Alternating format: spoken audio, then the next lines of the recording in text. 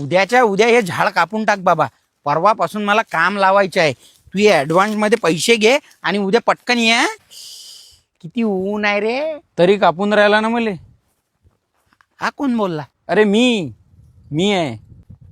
स्वतःच्या फायद्यासाठी कापून राहिला ना मले. अरे बाबा, तू आमच्या जागेवर आला म्हणून कापत आहे ना. अरे मी तुझ्या जागेवर नाही आलेलो आहे, तू माझ्या जागेवर आलेला आहे. काही बोलता. पैसे देऊन जागा विकत घेतली ना. अरे मूर्ख माणसा, निसर्गाला कधी पैशाच्या जोरावर विकत घेतलं जाऊ शकते का? तुझं हे आयुष्य, तुझी जमीन, ज्याचे तुम्ही पैसे देता ना, ते आमच्यामुळे व्यवस्थित आहे. अरे मोठ्या मोठ्या गाडीत फिरता, मोठे मोठे घरं बांधता, व्यवस्थित आयुष्य जगता, कारण आम्ही तुमच्या जमिनीला धरून ठेवलेलं आहे. आम्ही नसलो ना तर तुमच्या जमिनीचा वाळवंट होईल. वाळवंटात तुम्ही जगू शकता का?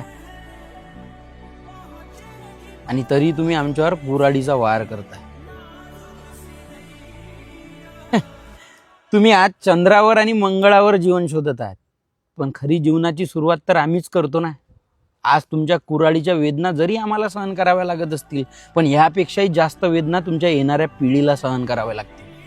कारण झाड माणसाशिवाय जगू शकते, पण माणूस झाडाशिवाय नाही जगू शकतो.